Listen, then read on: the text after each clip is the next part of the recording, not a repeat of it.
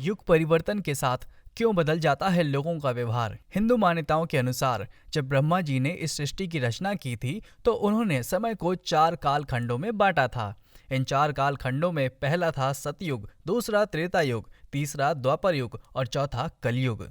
हिंदू धर्म के पुराणों के अनुसार सतयुग से लेकर कलयुग तक का समय इस सृष्टि के एक चक्र का पर्याय है। लेकिन समय को आखिर 4 अलग अलग कालखंड में क्यों बांटा गया, तो इसके बारे में लिंग पुराण कहता है कि इन चारों युगों में कुछ न कुछ तो समानताएं हैं, लेकिन समानता के साथ साथ कुछ अलग अलग असमानताएं भी हैं जो इन्हें एक दूसरे से अलग तो बनाती ही हैं, साथ ही इन युग चक्रों का हम मनुष्यों पर भी बराबर प्रभाव पड़ता है।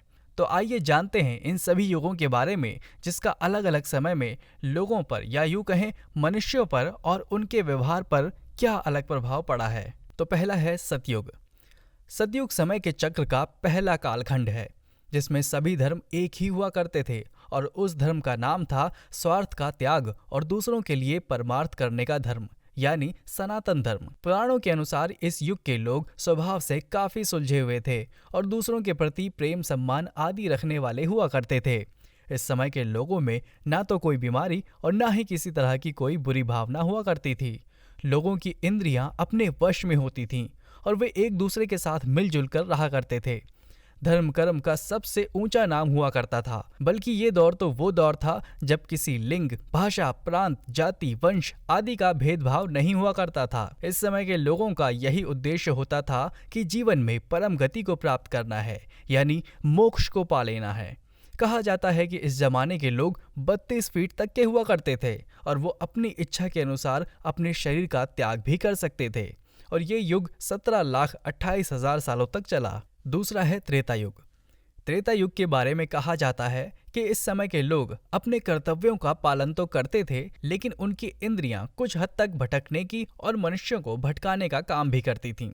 इस समय के लोगों में थोड़ा बहुत लालच, स्वार्थ और अपनी संपत्ति को लेकर भेदभाव जैसी भावना भी थी। यही वो समय था जब लोग 4 अलग अलग क्षेत्रों में बंट गए और वो 4 क्षेत्र थे मनुष्य के कर्म के अनुसार, यानी जो व्यक्ति जैसा काम करता था उसे उसी जाति का मान लिया जाता था। और इस समय में ब्राह्मण, वैश्य, क्षत्रिय और शूद्र जैसे 4 अलग अलग जातियां हुआ करती थीं। सभी के अपने अपने काम हुआ करते थे, लेकिन इस समय में भी मानवता बची हुई थी। यह युग 12,96,000 सालों तक चला। नंबर 3 पर है द्वापर युग। इस युग की भी कुछ ऐसी ही दशा है जब लोग अपने कर्तव्य से मुकर गए, यानी अपने कर्म से बिछड़ते चले गए और स्वार्थी बन गए।